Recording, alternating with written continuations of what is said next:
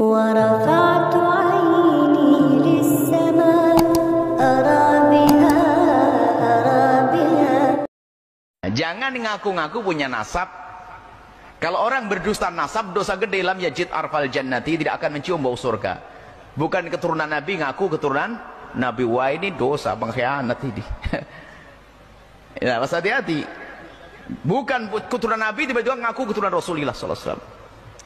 Wah, ini adalah dusta. Jangankan kok ngaku keturunan Nabi, ngaku kepada orang lain pun nggak boleh memasukkan nasab tuh, boleh, haram, nggak mencium bau surga, apalagi nasabnya Rasulullah. Namanya kewajiban mencintai ahlul bait Nabi sallallahu alaihi wasallam.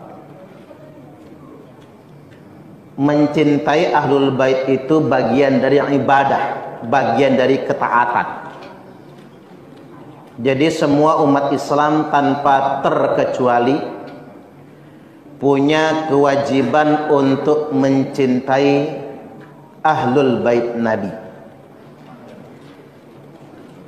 Rasulullah sallallahu alaihi wasallam telah bersabda, "Addibu auladakum ala thalathi khisal."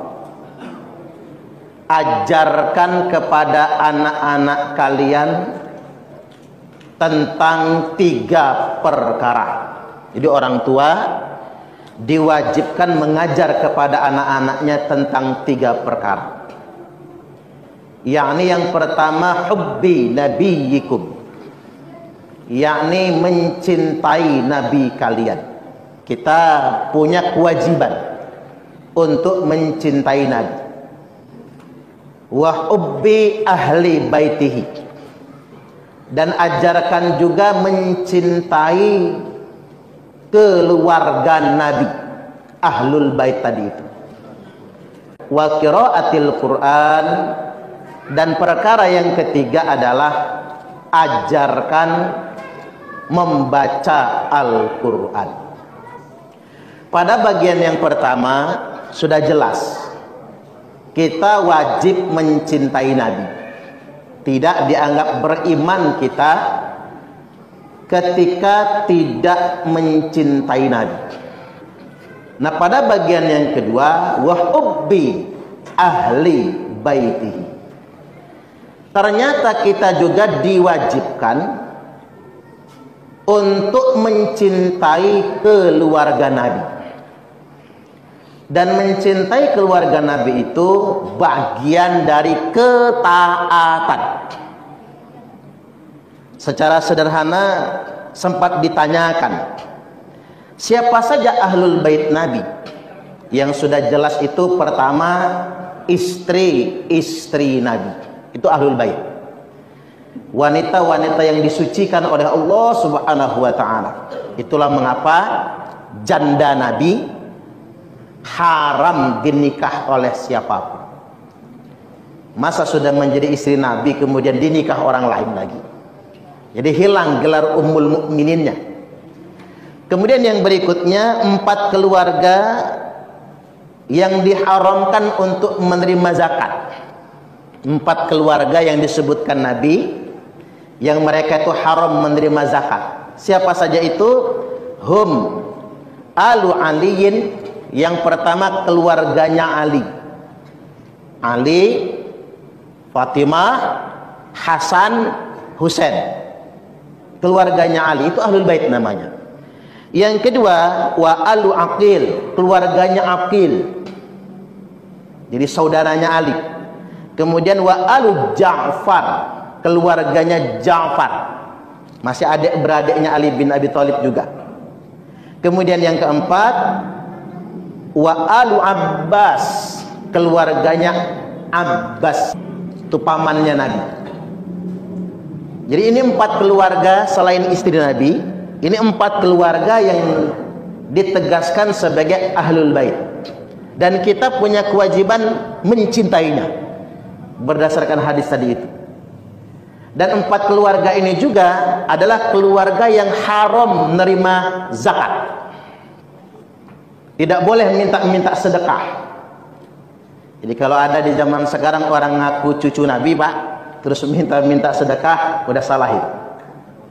Tapi kalau ada orang yang ngaku cucu Nabi, kita nggak punya duit dikasih, kita punya utang dibayarin, anak kita nggak bisa biar sekolah dilunasin, nggak punya beras kita dikasih, entah cucu beneran atau bukan, minimal agak yakin kita kalau itu cucu Nabi. Karena memang sebetulnya ahlul bait itu nggak boleh ndawir, nggak boleh minta-minta sedekah gitu, ngancam ente kaya gara-gara kakek aneh misalnya, tolong bagi sebagian harta ente kepada aneh, nggak boleh itu. Betul-betul merusak muruah, kehormatan dari keturunan Rasulullah sallallahu alaihi wasallam. Nah, yang ingin saya garis bawahi, karena mencintai ahlul bait Nabi itu adalah ibadah, adalah sebuah ketaatan, berarti hukum asalnya haram ngaku-ngaku ahlul bait Nabi. Jadi haram dia. Karena kita ngambil kaidah usul fikihnya begini, Pak. Al aslu fil ibadati at-tauqif kalau kata Imam Ahmad, atau at-tawaqquf. Hukum asal dari ibadah itu terlarang hingga munculnya dalil. Atau dalam bahasa yang lain, al aslu fil ibadati at-tahrim. Hukum asal dari segala ibadah dan ketaatan adalah diharamkan. Semua ibadah itu haram. Semua ketaatan itu haram hingga datang dalil yang menunjukkannya. Berarti kalau ingin saya sederhanakan, kita bangun korelasinya, ngaku cucu Nabi itu haram kalau nggak bisa menunjukkan buktinya. Ngaku ahlul bait itu haram hukumnya kalau nggak mampu menunjukkan dalilnya. Kadang orang bicara suhrah wal istifadah, kan udah terkenalnya begitu. Entar dulu, kalau begini Pak, kalau Pak Edi Irawan Arif adalah putranya Kiai Haji Arif Mahya, orang sudah tahu semua, betul nggak kira-kira? Tetapi kalau 5 abad kemudian ada orang yang ngaku-ngaku saya cicitnya Kiai Haji Arif Mahya, entar dulu, ini sudah 5 abad. Apalagi begini, kalau Megawati itu anaknya Soekarno, kita sudah paham, Megawati Soekarno Putri. Tapi kalau 5 abad kemudian ada orang yang ngaku-ngaku anak Soekarno, namanya Suparman Soekarno Putra, entar dulu. Setahu kita kan nggak ada anaknya Soekarno yang namanya Suparman. Kalau Guntur ada, kalau Buruh ada. Nah ini penting. Jadi karena memang mencintai ahlul bait itu adalah ibadah dan ketaatan, maka semua orang yang mengaku sebagai ahlul bait Nabi wajib membuktikan. Karena hukum asalnya mengaku cucu Nabi, mengaku ahlul bait Nabi itu haram sampai dia bisa menunjukkan ini datanya, ini dasarnya yang mengkonfirmasi saya adalah dzurriyyat Nabi atau keturunan Nabi. Cuman satu Pak, ngaku cucu Nabi itu yang diperbolehkan. Begini, dalam darah saya mengalir darah Rasulullah Adam alaihi salam. Ini itu boleh kita ngomong begitu. Karena nggak mungkin kita keturunan monyet kalau kata Charles Darwin itu kan. Kita semua beriman, kita ini anak cucu Nabi Adam. Tapi kalau orang mengatakan saya keturunan Nabi Musa, entar dulu, kita nggak boleh langsung percaya. Orang ngaku saya keturunan Nabi Ibrahim, entar dulu. Ngaku keturunan Nabiullah Muhammad sallallahu alaihi wasallam, entar dulu. Harus tunjukkan mana datanya, mana buktinya. Mengapa saya sampaikan begini? Karena ulama ahlu sunnah wal jamaah sudah menghimbau siapapun yang ngaku-ngaku ahlul bait Nabi, ngaku-ngaku cucu Nabi, wajib ditanyakan buktinya dan wajib diteliti. Al-Hafiz Ibnu Hajar Al-Haytami, seorang ulama besar dari kalangan mazhab Syafi'i, ulama ahlu sunnah wal jamaah, mengatakan yang bagi likulli ahadin ayyakuna lahu ghiratun fi hadan nasabi syarif. Niscaya sudah semestinya setiap orang yang ngaku umat Nabi Muhammad, jadi ini umat Nabi ini Pak, setiap orang harus punya sensitivitas, sensibility, sense of crisis kalau kata orang sekarang, harus benar-benar sensi kepada orang-orang yang ngaku-ngaku cucu Nabi. Jadi ayyakuna lahu ghiratun fi hadan nasabi syarif. Kita harus benar-benar punya ghirah, punya kecemburuan terhadap nasab mulia keturunan Rasulullah sallallahu alaihi wasallam.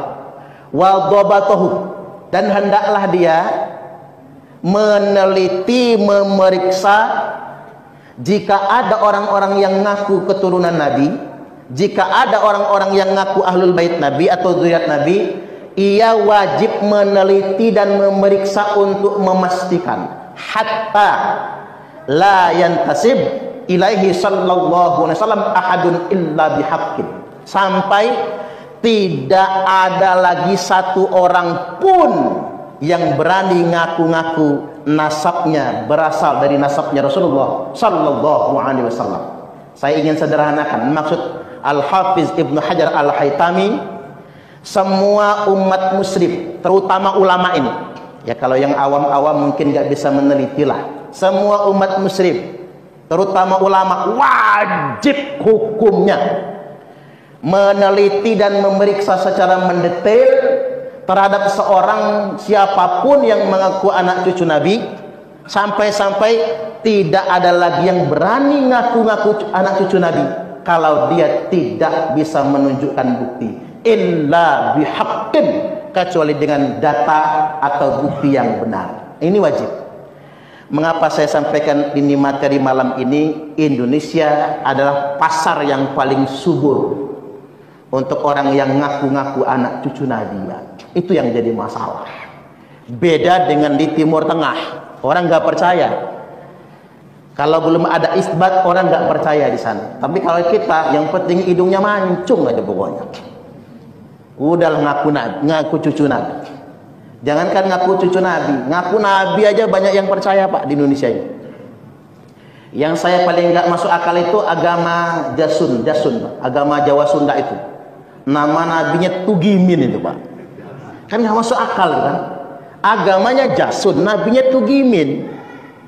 Repot kalau sholat. Allahumma sholli ala sayyidina Tugimin wa ala ali sayyidina Tugimin. Repot kita baca sholawatnya itu kan. Ini masalah ini. Makanya Indonesia adalah pasar yang paling subur untuk itu semua. Makanya kita harus punya kecemburuan. Tapi juga saya ingin ingatkan pada kesempatan kali ini, entoh sebetulnya buat apa sih membangga-banggakan nasab juga, kalaupun benar misalnya, buat apa membangga-banggakan nasab? Dikarenakan begini, Rasulullah sallallahu alaihi wasallam telah bersabda, man batta'a bihi amaluhu lam yusri' bihi nasabuhu. Barang siapa yang amalnya lamban, sholatnya malas, ke masjid juga enggak, amalnya lamban, lam yusri' bihi nasabuhu. Nasab sehebat apapun tidak bisa mengejar kemuliaannya. Enggak bisa. Mau anak siapa Pak? Enggak peduli anak siapa. Karena begini, ini sekarang urusan nasab ini sudah banyak disalahgunakan. Pertama begini, ada orang yang merasa menjadi kasta tertinggi dalam agama. Seakan-akan di Islam ini belakangan ya Pak, ada kasta nomor 1, kasta paling mulia. Jadi ini ada cucu Nabi, kasta tertinggi, ada ahwal. Ahwal itu kita nih, orang-orang pribumi yang dikatakan ahwal itu, orang-orang biasa, di mana syarifah kata mereka, yang perempuan haram, hukumnya haram ini Pak, oleh mereka diharamkan nikah sama laki-laki pribumi. Ini kan sama saja di Islam sudah menciptakan kasta baru. Padahal dalam peristiwa Futuh Mekah di depan Ka'bah, Rasulullah sallallahu alaihi wasallam telah bersabda, innallaha qad adhaba ankum ubiyatal jahiliyah wa ta'adumaha bi'abaiha. Sesungguhnya Allah setelah menghapus dari kalian semua kebanggaan, feodalisme, kesombongan jahiliyah, di mana masyarakat jahiliyah itu terbiasa membangga-banggakan nasab, membangga-banggakan leluhur, membangga-banggakan keluarga mereka. Itu jahiliyah. Makanya tadi kita mesti bertanya, Pak, kalau ada orang-orang yang membanggakan nasabnya, nggak mungkin dia cucu Nabi. Karena kalau cucu Nabi setidak-tidaknya dia punya akhlak, walaupun nggak 100% nyontoh Nabi, minimal ada yang dicontoh dari Nabi. Nggak mungkin dia akan membanggakan nasabnya, nggak mungkin. Nggak mungkin dia akan menjual nasabnya. Apalagi tadi, Pak, untuk alat kebanggaan tadi. Apalagi untuk merasa menjadi warga agama kelas 1. Kemudian ada muncul yang doktrin-doktrin yang namanya anak cucu Nabi. Saya langsungin aja kalimatnya. Yang namanya habaib, walaupun saya ingin luruskan di sini, Habib itu bukan panggilan buat cucu Nabi. Kita buka kitab-kitab itu, semua ulama sepakat panggilan buat cucu Nabi itu bukan Habib, tapi Sayyid dan Syarif, Syarifah atau Sayyidah. Tapi kok sekarang Habib? Anggaplah begitulah. Yang namanya Habib walaupun nggak sholat, walaupun ahli maksiat, masuk surga karena matinya nanti Husnul Fatimah. Begitu Roma Irama buka ke depan, mereka protes. Roma Irama itu mengada-ngada, bukan mengada-ngada, kuping saya sering dengar kok. Di mana mereka mengajarkan kayak gitu modelnya, sering dengar kita doktrin-doktrin yang kayak gitu. Padahal Nabi bersabda, wahai Quraisy, kata Nabi. Nabi kalau nyebut Quraisy sukunya berarti, Pak, sama kayak kita. Hei senak lepung, berarti orang Lampung nih maksudnya. Wahai Quraisy, kata Nabi, la ugni ankum minallahi syai'a. Saya Muhammad nggak bisa nolong kalian kalau kalian tidak bertakwa kepada Allah. Ini Nabi cara sama sukunya, ngurucut. Wahai Bani Hasyim, kata Nabi. Kalau Nabi nyebut Bani Hasyim, Pak, udah mulai klan. Kalau Quraisy itu suku, Bani Hasyim itu klan.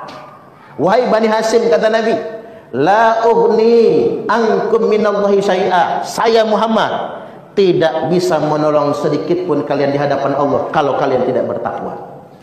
Masuk lagi Nabi, wahai Bani Abdul Muthalib, wahai keturunan Abdul Muthalib. Nah, ini langsung mengerucut dari suku masuk ke klan, masuk ke keluarga. Wahai keturunan Abdul Muthalib, berarti sesama sesepuh Nabi beserta anak cucunya. La ugni ankum minallahi syai'a. Saya Muhammad tidak bisa menolong kalian sedikit pun kalau kalian tidak bertakwa. Lebih dalam lagi Nabi nyebutnya apa? Ya Fatimah. Ini langsung ke anak nih, Pak.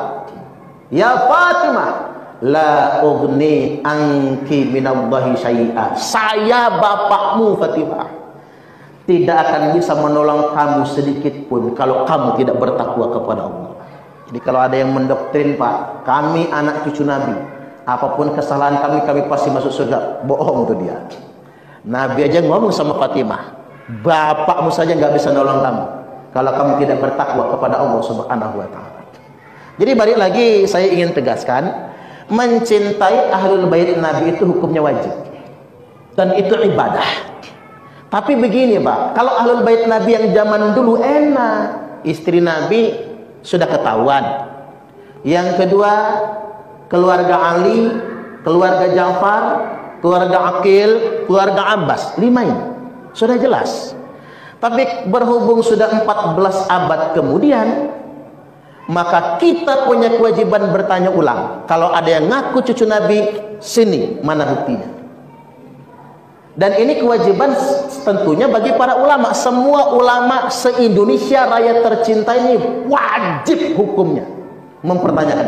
Kalau ulama tidak mempertanyakan, ulama telah mengkhianati umat Islam. Makanya saya ditanya, emang siapa Anda kok mempertanyakan nasab keturunan Nabi? Jawaban saya gampang, saya umat Nabi. Saya ini umat Nabi, cucung Nabi Adam, kata saya. Saya ini umat Nabi. Sebagai umat Nabi, karena saya punya kewajiban mencintai keluarga Nabi, sebagai umat Nabi, saya harus bertanya kepada siapapun yang ngaku anak cucu Nabi. Mana datanya, mana buktinya. Harus begitu. Ini bukan membenci keluarga Nabi agar tidak ada yang mengaku-ngaku. Apalagi untuk kepentingan yang menyimpang, apalagi untuk melanggar syariat agama. Jadi balik lagi Pak, Islam ini agama yang mudah sebetulnya. Jangan dibuat rumit juga pada akhirnya. Jadi jangan menggunakan agama buat ngancam. Kalau nggak cinta Habib, mati su'ul khotimah. Kalau nggak cinta Habib, nanti walaupun ahli ibadah masuk neraka. Na'udzubillah. Nabi aja nggak kayak gitu kan? Oke, kalau memang itu mau dianggap benar. Karena kami kalau nggak cinta Habib masuk neraka, maka kami, karena ini masalah surga sama neraka ini Pak, maka kami sebagai umat Nabi punya kewajiban juga bertanya, mana buktinya kalau Anda merupakan cucu Nabi?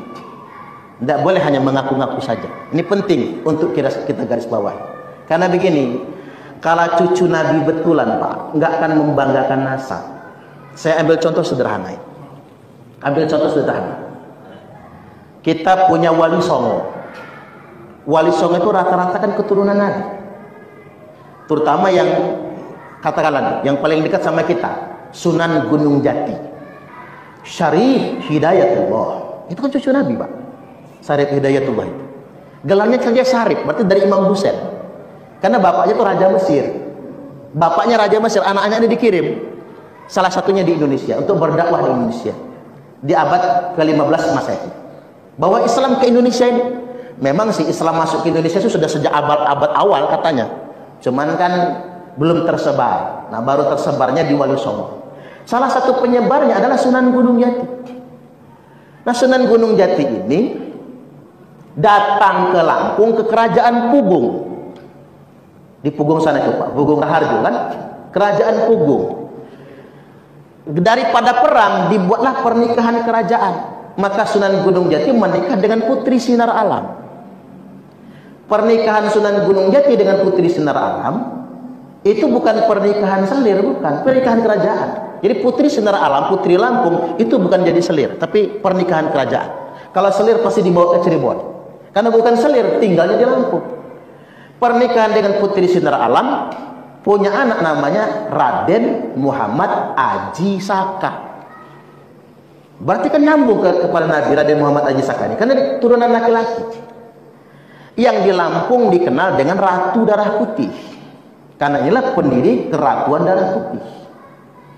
Raden Muhammad Aji Saka ini punya cicit namanya Raden Intan Kesumaratu I, punya cicit, kan begitu. Nah, cicit beliau ini punya anak dua dalam catatan sejarah. Nggak tahu kalau anak yang lain dalam catatan sejarah. Anak pertama namanya Raden Imba Kesumaratu II. Anak kedua namanya Dalom Kesumaratu. Ini dua anaknya nih. Nah, Raden Imba Kesumaratu II perang sama VOC sampai dibuang ke timur Belanda. Dibuang sampai mati dibunuh. Yang istrinya sedang hamil. Begitu sang ayah dibunuh Belanda, sang putra lahir. Nah, sang putra yang lahir ini namanya Raden Intan Kesumaratu II atau Raden Intan II.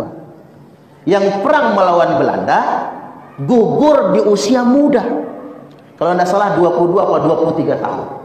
Belum punya anak. Karena beliau meninggal dilanjutkan oleh pihak pamannya dalam Kesumaratu yang disebut dengan Raden Muhammad Jamil. Nah, sampai sekarang masih ada keturunannya. Masih ada. Dan saya sarankan kepada keturunannya, coba tes DNA. Dites DNA. Kalau J1 berarti nyambung cucu Nabi. Tapi saya nggak pernah ngedengar keturunan Raden Intan mengatakan dalam darah aneh nih mengalir darah Rasulullah. Nggak pernah apa. Karena memang cucu Nabi nggak mungkin membanggakan nasab, nggak mungkin. Karena ini penting. Bahkan begini, saya soal ke keturunan Raden Intan di Kuripan sana itu, yakin nggak kata saya kalau Anda ini keturunan Nabi? Saya nggak berani meyakini Ustaz. Nggak berani Pak. Takut sombong. Kalau kami ini cicitnya Raden Intan, iyalah katanya. Kalau kami ini keturunan Raden Muhammad Haji Saka atau Ratu Darah Putih, iyalah kami percaya itu. Tapi kalau keturunan Nabi, kami takut malah takabur nanti. Nah ini Pak.